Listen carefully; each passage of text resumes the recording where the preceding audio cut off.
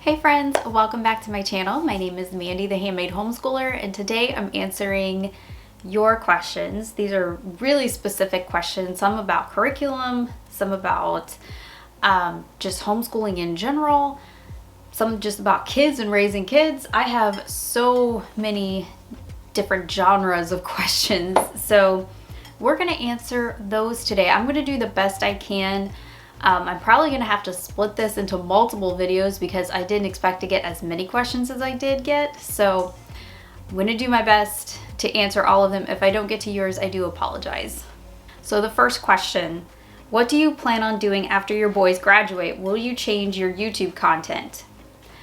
I have not thought that far, to be quite honest. That is at least 5 years away for me. So the Handmade Homeschooler is actually my third business. I don't like calling this a business because I'm not really like presenting like physical products or anything like that.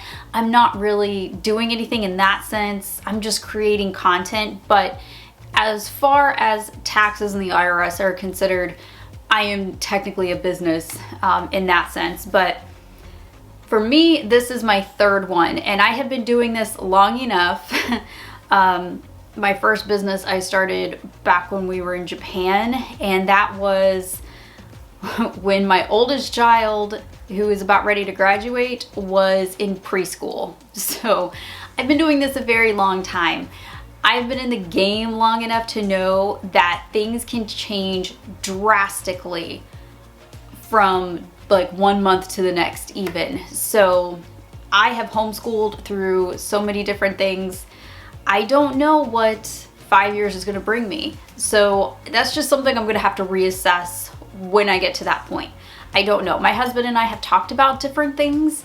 We've talked about changing the content or how I'm going to be doing curriculum reviews, because that's really why I think most of you are here, is curriculum reviews. I don't know. I have not figured that out yet, but I guarantee you I will figure something out. It's just not something that I can really do until the time arrives. Okay, so my next question. Any type of transition to using a planner with boys? I have a 5th grader as my oldest, and I was considering next year to start using a planner, but he likes a simple checklist. Okay, so we started with the checklist. That was like king for my kids for a long time. I like a checklist. I actually have a whiteboard up here on this wall that you guys can't see, but throughout the school year, I actually have all of their subjects listed on the board. That way they don't forget one. And that seems to help, but honestly, I don't think they pay attention to it.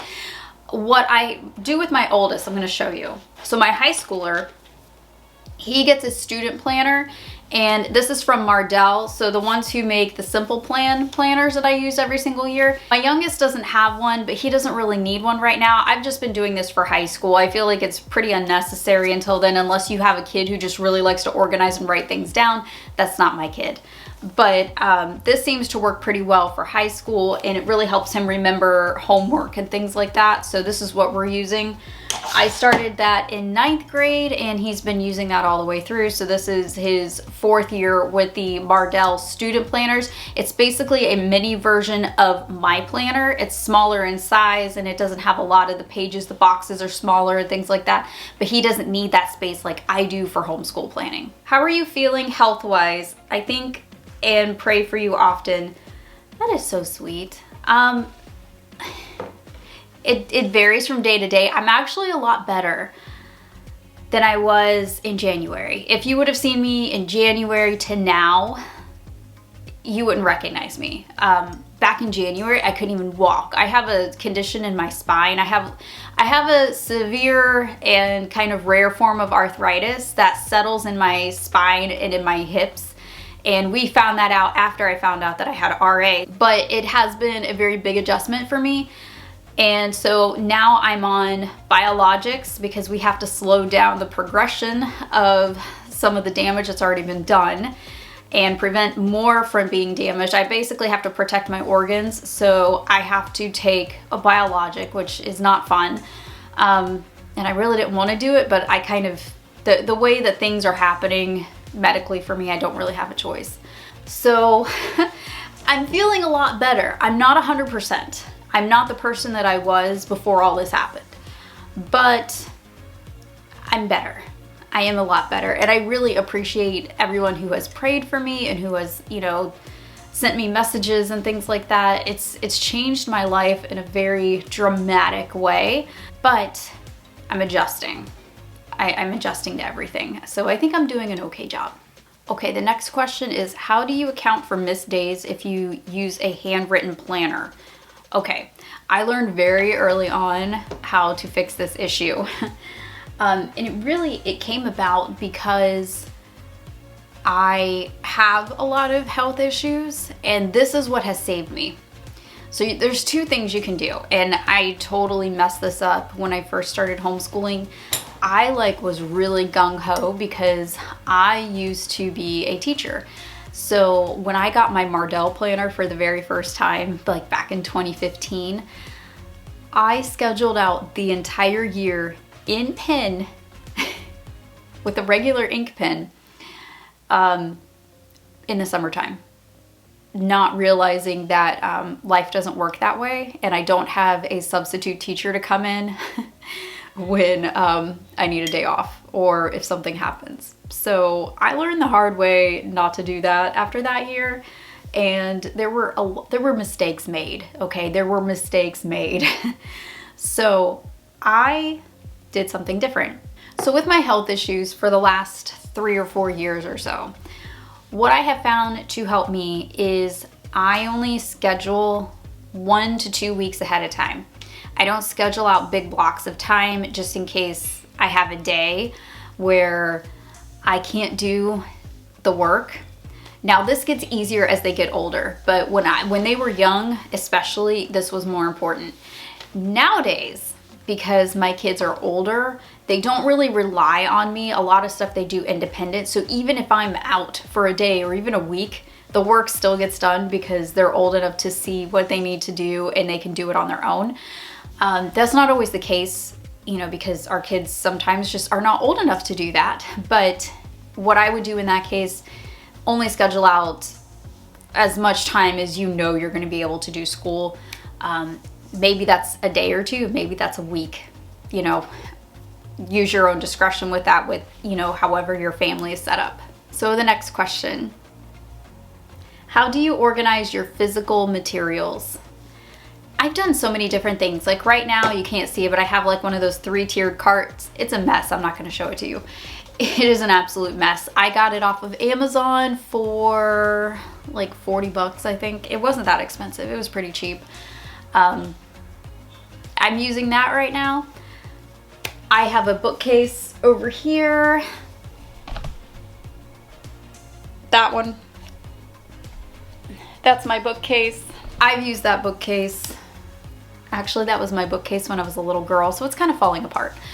I've used that bookcase since we started homeschooling to put all of our books on. It is a mess. I know, it is an absolute wreck. I haven't done my summertime homeschool room clean out yet. This whole room's a disaster. You just can't see it because I clean up really, really well for my camera area, but I'm just gonna be real. This place is not as tidy as I would like it to be, but I'm in the middle of transitioning last year's stuff to this coming year's homeschool thing. So there's boxes everywhere and things like that. So, okay. My favorite way is probably the bookcase because it's just the easiest one. And I just have a shelf for each kid. The 3-tiered cart seems to work fine, but I find that some of the books are too tall to actually fit into that space, and I don't know if it can hold the weight of a lot of the high school books. So, you know, I mean, I think the 3-tier cart would work wonderfully in the younger grades. I also have a 10-drawer cart. When the kids were doing Abeka and they were little, I loved the 10-drawer cart. It was a cart that stood up about this high, and it was literally just 10 boxes, and the boxes, the height of them were about a couple inches. They were not very big. It was not meant for anything except for small things, you know, like papers, and they fit whole sheets of papers in it. So what I would do was each kid had their own 10-drawer cart. And I think they could go on wheels. Mine did not. I had mine stationary in one section of our homeschool room, and each drawer represented a subject. And because I just had to be the little organization queen, all the subjects 1 to 10 were in order that we did them throughout the day. So we would start at number 1 and we would go through our day to number 10. And I don't even think we used all 10. We maybe used like between 6 and 8 tops. But when we did a Becca, what I would do is at the beginning of the week, I would tear out of their workbooks all of the worksheets that they needed to do. And Monday through Friday's worksheets were in each drawer. And then they would go and get their own worksheets. So when it was time to do spelling, they would go over to the spelling drawer, get out their spelling worksheet, and go back to their desk and do their spelling. It was great. I loved that system. I really, really loved that system. But the kids didn't use a Becca for, goodness. We stopped using a Becca when they were in when my oldest I think was in 6th or 7th grade. And we transitioned to using more books just as he got older. You know, the workbooks got less, the textbooks got more and bigger. So we needed something else to really hold all the books. So the 10 drawer cart's my favorite for when they're little. We've also used this. I've also used the file boxes. I've done that system before. I think there's a video on my channel about that as well, like for my father's world. I used that too. That one wasn't a bad system. That was pretty easy to do. I liked that one. I just did it throughout the summer and had it all set up for the first day of school. But right now, this is the system that seems to work with us. Okay, I think this is gonna be the last question for this video, and then I'm gonna have to stop it and do a different video. How do you know what type of math curriculum to use and if one type would work better for some than others? There's no magic formula to this, honestly. For me, it was just trial and error. I just picked one that I thought my kids might like. I think you have to ask yourself a lot of questions about the way that your kids learn and kind of just make observations from that. I picked, when my kids were little, I picked Matthew C. And Matthew C, I picked that one for 2 reasons. 1, because I didn't want to teach math and there was an instructor. And 2, they had manipulatives. And being that I had boys, they liked the manipulatives of that system, and it worked well for us until it didn't, and then I picked something else. And my kids just like the online math type of stuff, so teaching textbooks was just a great fit for us. So I think you kind of have to feel out different things. Don't be afraid to try different books until you find that one that just kind of like clicks with your kids and that works with your kids. Don't be afraid to try that. I mean, sometimes we just have to do that to find that fit, and every kid is going to have a different thing sometimes, and you know, we just kind of have to work with our kids and see what works. All right, that is the end of this video. I'm gonna shut it off and I'm gonna turn it back on, and then we will have a new video for the following week. So thank you guys for your questions. You guys asked some really good ones this time, so I'm really excited to see what the next batch of question is. I will see y'all in the next video. I hope you have a great rest of your day and happy homeschooling.